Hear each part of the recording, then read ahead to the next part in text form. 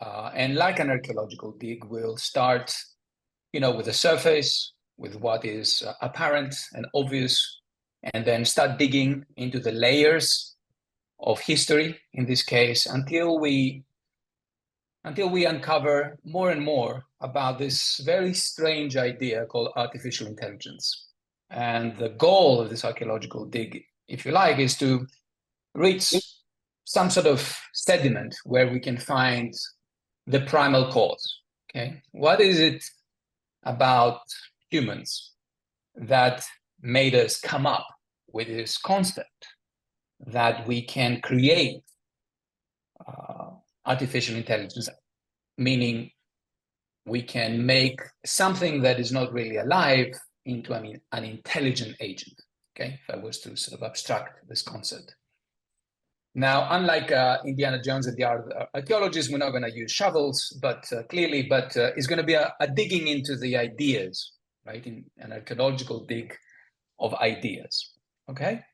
And once we find this primal cause, which I will, suggest to you, then I'll spend the rest of my time with you exploring what does that mean? What are the repercussions of that, okay? What does that mean for the future of artificial intelligence, and indeed for the future of humanity? Okay, so I hope you're ready. Strap in. Let's begin with today. Okay. So today we are arguably at a very interesting point when it comes to artificial intelligence technology. Some argue that is a tipping point, meaning that we're very close to this concept of artificial general intelligence, in the sense that technologies such as large language models will have the ability for general intelligence. And some characteristics of general intelligence are they can transfer learning, so they can learn some stuff doing, let's say, things around engineering and transfer those concepts into some other area of learning. They have common sense, they understand the world, and so on and so forth. So there's a lot of debate around that, a lot of investment to the tune of billions and billions of dollars.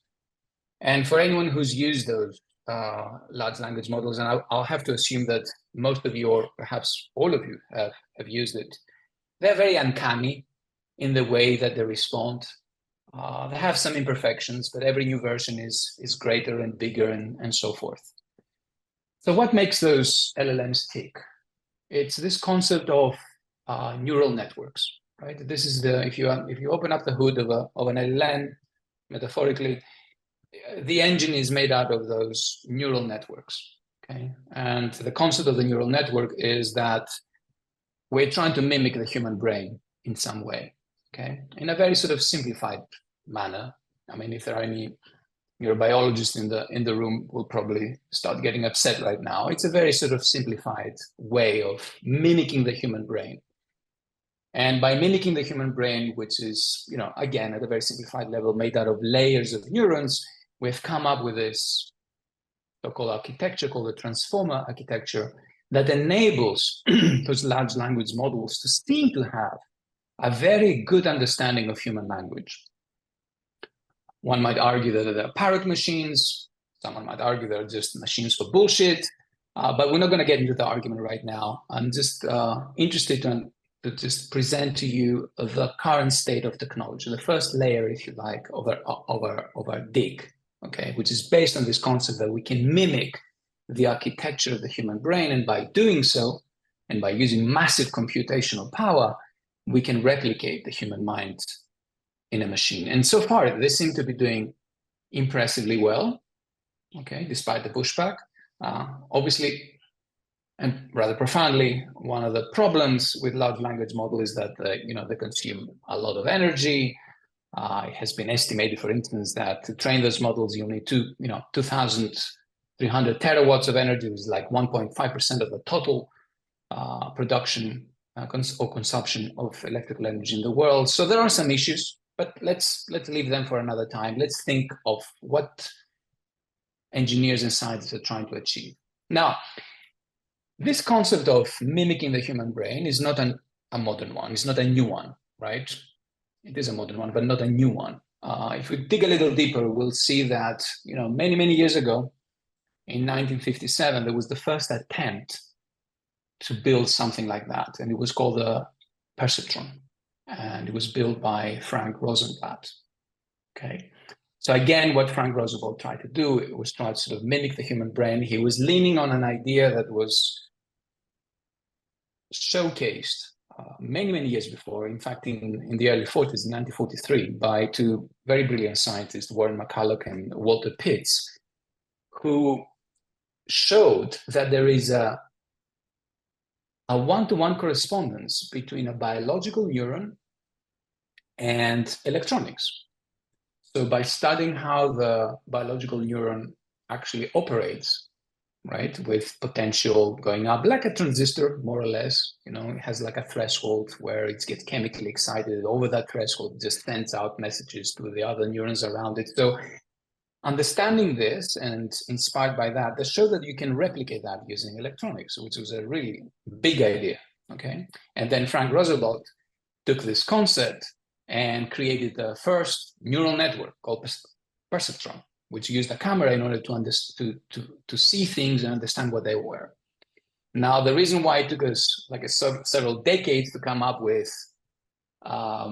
the modern neural networks in large language model is a very interesting story. I'll summarize it in a moment, but basically has to do that with computing power, right? We didn't have the amount of computing power in 1957 to scale up this little perceptron, right? So what happened was that this concept of having neural networks kind of was put aside for many years. But let's go back a little bit deeper into history. Let's go just a year before the perceptron, where it's the genesis of artificial intelligence. This is where it all came together, if you like, as a manifesto, as a goal for research in the famous Dartmouth College conference in the summer of 1956, where some of those people you see in this photograph, you'll see Claude Shannon to the right, you'll see Marvin Minsky, the guy with the bald hair in the front, check shirt, and lots of other sort of luminaries of artificial intelligence came together and postulated that it is indeed possible to produce machines that are intelligent, that will be intelligent, on a par with human intelligence, and probably exceed it, okay? Now, what was interesting about this conference, just a couple of things. One was the hubris of artificial intelligence, or the gutsy postulate that it will be possible to produce machines that can replicate human intelligence. I think that was really a big idea. The reason why it got funded was that it was the Cold War, and what the scientists sort of suggested and got funded from DARPA was that if a power has that kind of artificial intelligence at its disposal, then it will dominate the theater of war, because it will be able to think much faster and more deeper than all the generals put together in a room, okay? So it really had to do with the Cold War as well, the fact that a lot of money and a lot of talent sort of came together at the Dartmouth College and gave birth to artificial intelligence. Now, very, very briefly, there were two schools of thought in artificial intelligence, just to connect to the perceptron idea and the neural network idea that I mentioned before, which is the dominant concept of artificial intelligence today. So there were two schools of thought competing. One school of thought, and those schools of thought had to do with how we represent knowledge of the world in a computer, okay? So one school of thought, the symbolic AI, if you like, postulated that the way to create common sense and real world models within a computer is to tell the computer, to describe the world to a computer, right? Okay, just give it an encyclopedia, let it read it, and it will understand the world, okay? The other school of thought, it was more sort of bottom up. That was the connectionist school of thought, if you like. And that was where Frank Roosevelt sort of belonged in that school. And that school said, okay, we're not going to give a description of the world to the computer. We're going to let the computer discover the world for itself. right? And this school of thought gave deep learning and the systems that we have today. It's an interesting story of how those two schools sort of fought and how the deep learning and neural networks actually won. But that's for another day. I just want to highlight it because it is important in the history of AI from the perspective of what is the research agenda of AI. So the research agenda of AI is for the computers to understand the world. So because the saying goes that if the computer understands the world, the technical term is has a real world model, then it can make inferences about the world and it can be as intelligent as humans. And because there are computers, they'll be more intelligent than us. Okay. So let's dig a little bit deeper. Where did this sort of bunch of people got all these ideas from? That you can have machines that can mimic a brain. So the mother, if you like, or the father of artificial intelligence is another idea that is called cybernetics. Okay.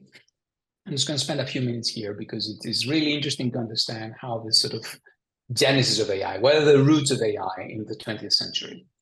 The cybernetics was extremely popular. It was the key idea that everybody was working on during the 40s and the 50s. Again, it had to do much to do with war.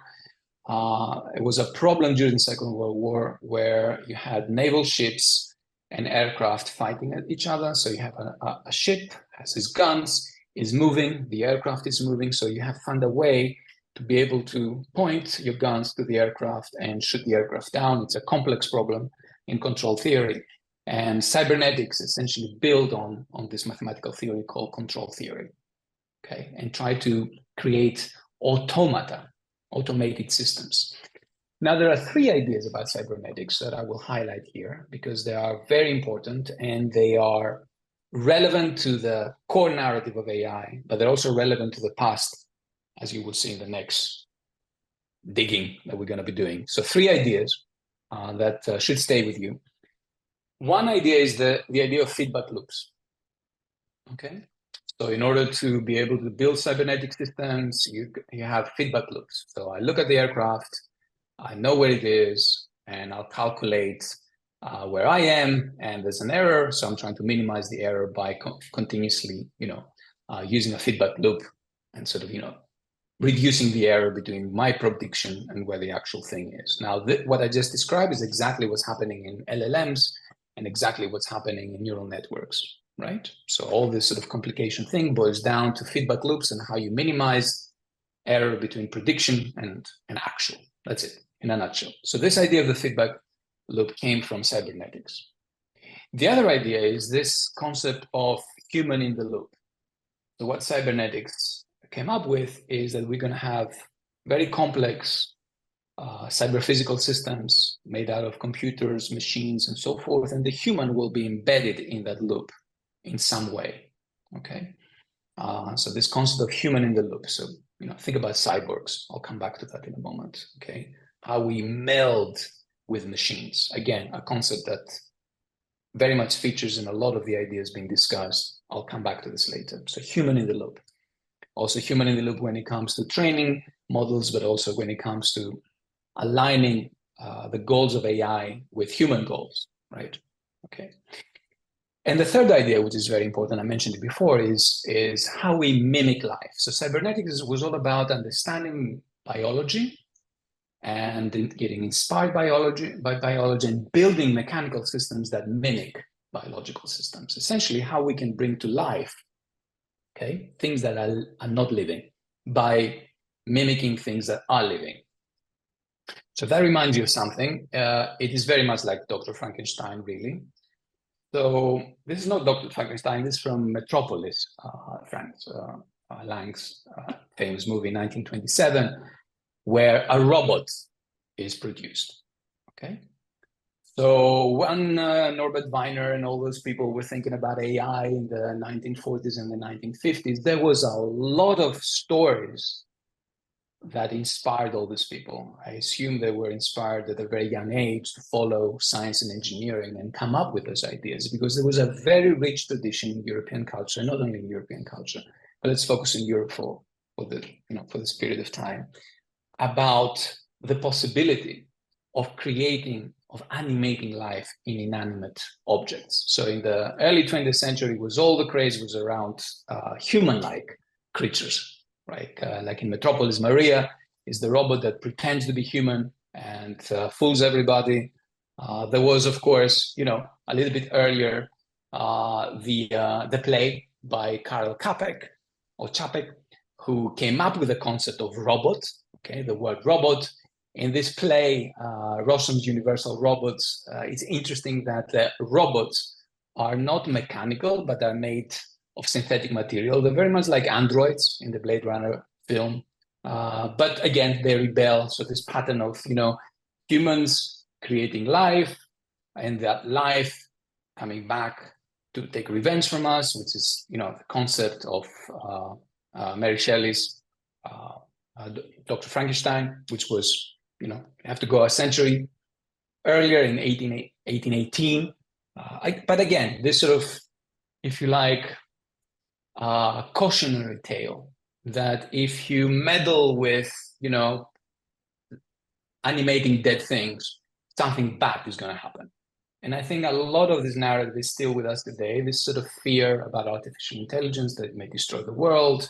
And, all those movies that if you think about them and analyze them, they are repeating basically the patterns, the narrative patterns that I just described. They all sort of, talk about, okay, this Promethean hubris, if you like, okay, that you do what the gods do and the gods take revenge, right? It's a recurrent story.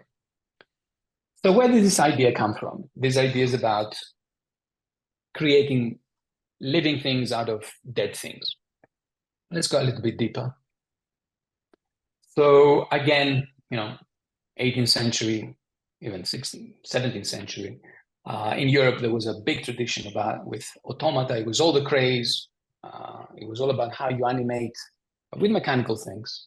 Sort of, like for example, this, a little boy that is actually writing. Okay, it's an automaton. There is a bunch of other automata, and it was a huge, huge craze in Europe about that. You may have heard also of the Mechanical Turk, which was a bit of a con. Someone had invented an automaton that could play chess and went around Europe and also in America playing with people like Benjamin Franklin. I think even Napoleon played against him. And what turned out to be was that there was a very short man inside that little box, sort of moving the pawns, but it doesn't matter. The concept was that people believed that it was possible to create intelligent artifacts. Okay, and we're talking about 19th century, 18th century actually. Okay, and again, the tradition of automata goes much, much earlier than that. So let's go a few years earlier in Eastern Roman Empire, in so-called Byzantium. The emperors in Constantinople, when they tried to sort of impress their visitors, they had all kinds of automata in the court. They had birds that sang. There was just to impress them with the technological advancement of the empire.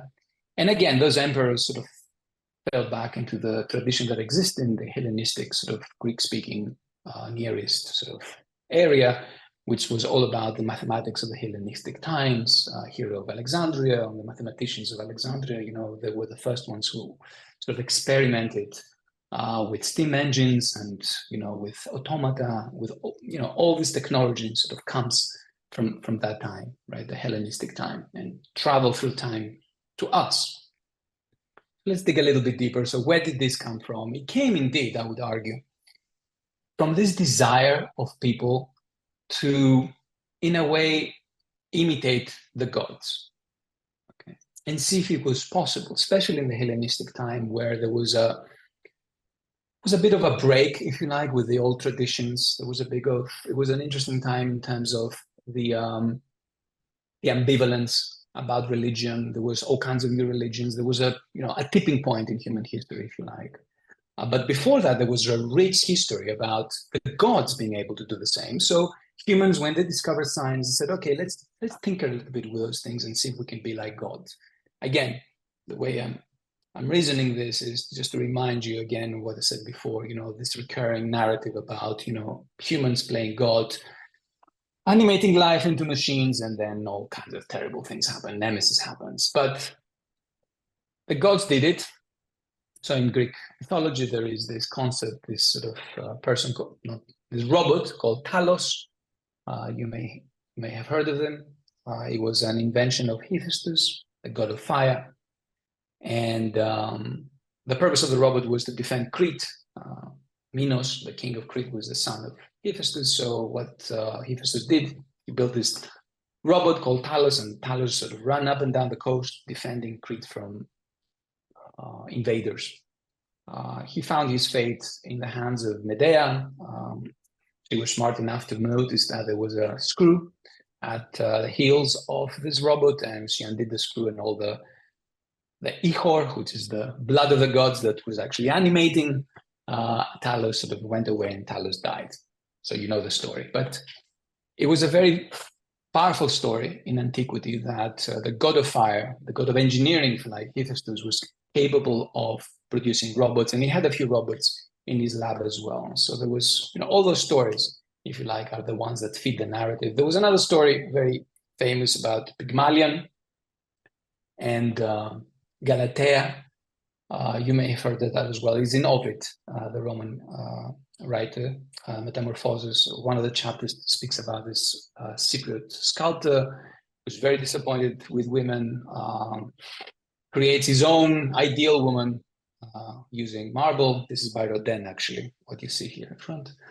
And then he falls in love with her and prays to Aphrodite, and Aphrodite gives birth, sort of brings life into Galatea, and they live happily ever after. I think it's the only Greek myth where there is a happy ending. Every other Greek myth ends up in catastrophe, but this one has a happy ending. Interesting. And of course, in Genesis, right, our own God creates life. Okay. So let me just stop here for a moment and just assess what we discussed until now. So there is a story that runs through history, going back thousands and thousands of years, right? And it's evident in the Bible, it's evident in the Greek myths, it's evident in how those were translated into technologies throughout time, where this idea of us being able to create intelligence in a machine is very dominant and found its full implementation now in the 21st century, okay? So where is that coming from? So now I'm going to take a giant leap, thousands of years, and show you this little guy, okay? So this is the first artifact that we have in the archaeological dig that belongs to our species, Homo sapiens sapiens. It's the lion man from Holstein-Stadel. It was discovered, I think, in the 20s. It's made out of ivory. It's a beautiful, beautiful thing. To think that this is 40,000 years old, okay? And depicts a creature that is a mix between an animal and a human. It's very totemic, right? Now, the reason why I'm showing you this is to make the following point. There is something mysterious about human evolution.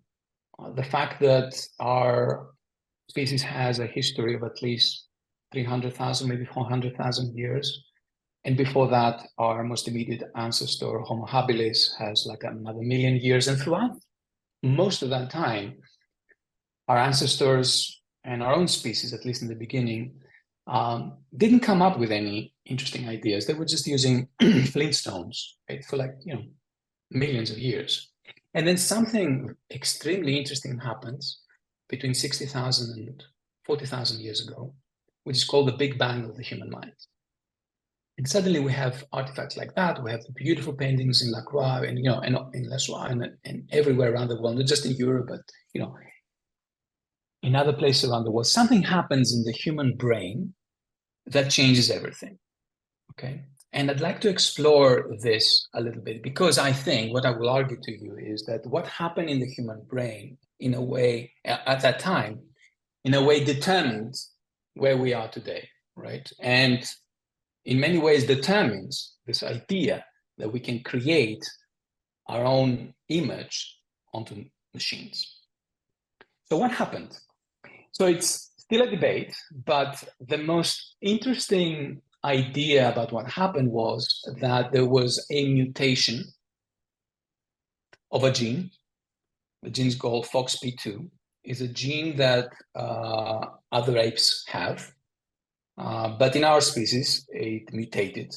Now, this gene is expressed in two very important areas in the human brain, the Broca and Wernicke area, here on the left side of our brain, which are responsible for grammar and comprehension. In other words, there is evidence, not conclusive, but enough evidence to suggest that what really changed everything in our species was this mutation that enabled us to have language. And not only that, it enabled us to have something, to express something that is called theory of mind. Okay? Stay with me for a moment more. I know it's a little bit digging deep now, but stay with me for a moment. So what is theory of mind?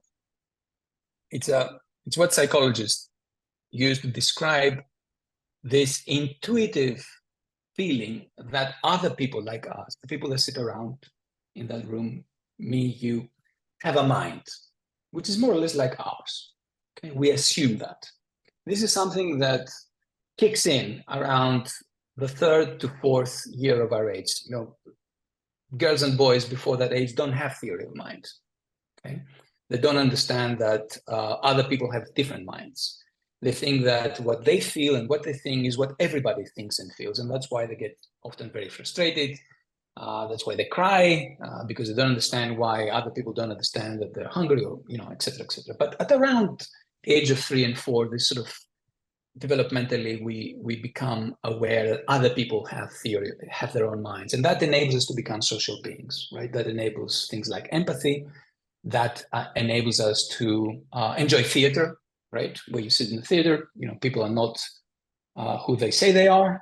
It's clearly a lie, but, you know, you can imagine how their minds will feel and, you know, what their intentions are, and enjoy theater. In fact, enjoy art, and be able to enter the mind of the artist. It's this ability that makes us a cohesive species, right? This is theory of mind.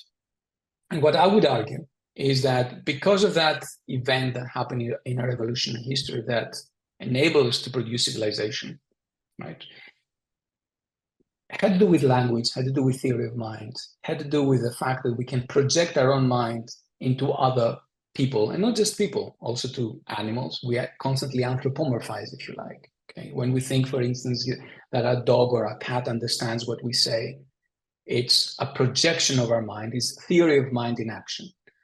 Some people talk to their cars, so it doesn't stop there, right? It doesn't stop with animals. It's a projection that we do, constantly anthropomorphizing, and we have like millions and millions of stories. You know, think of Mickey Mouse, think of anything you like, you know, Cars, the movie, where, you know, everything that's around us, whether it's living or not living, has a mind and talks to us. Okay, it's kind of panpsychism, if you like. Okay, if we want to use another term. All right.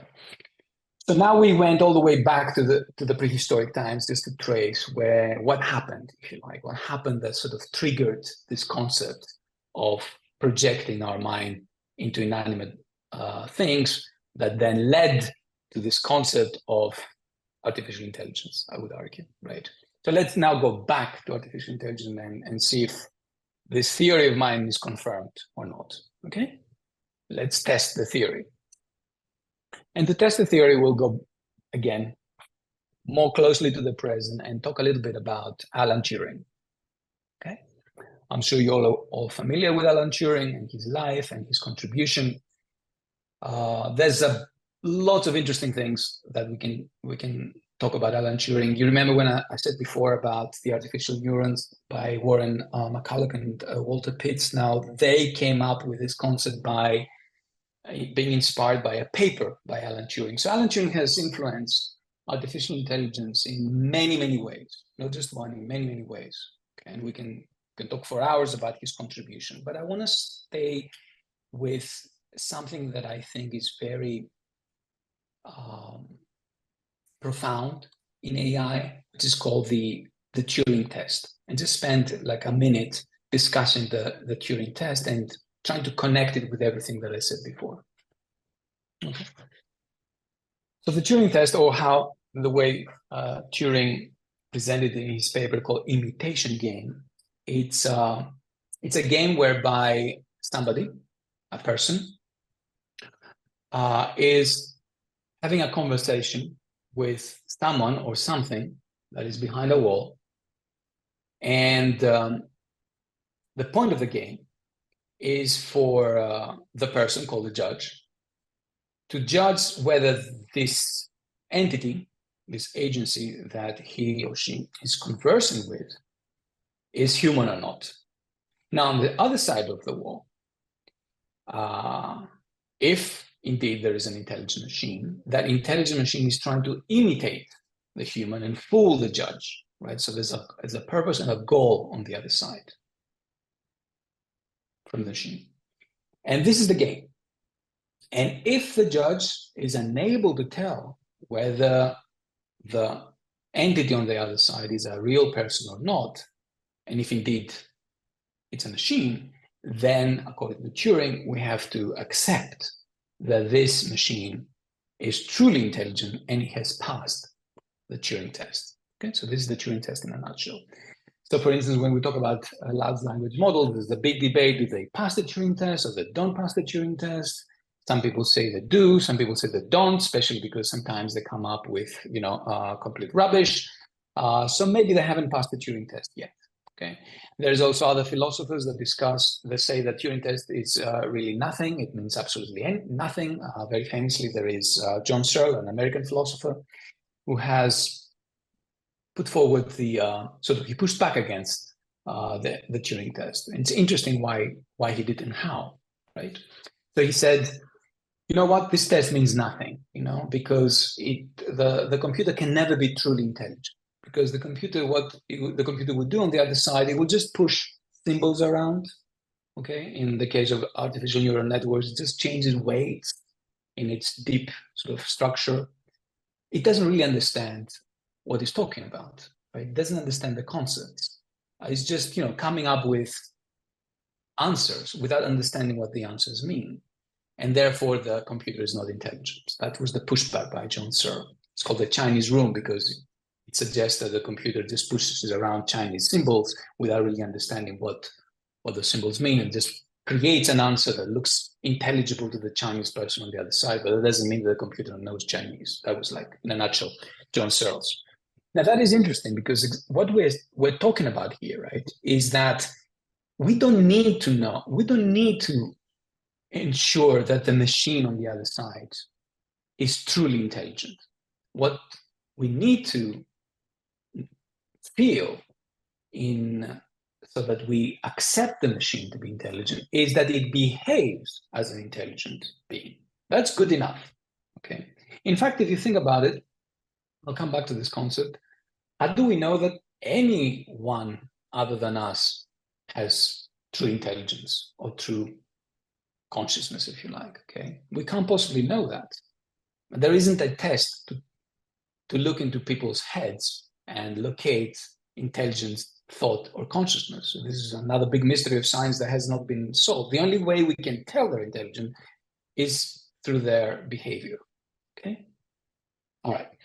So what I'm trying to argue by bringing you back into Turing and the Turing test is to make the case that the way we understand artificial intelligence is in the following terms.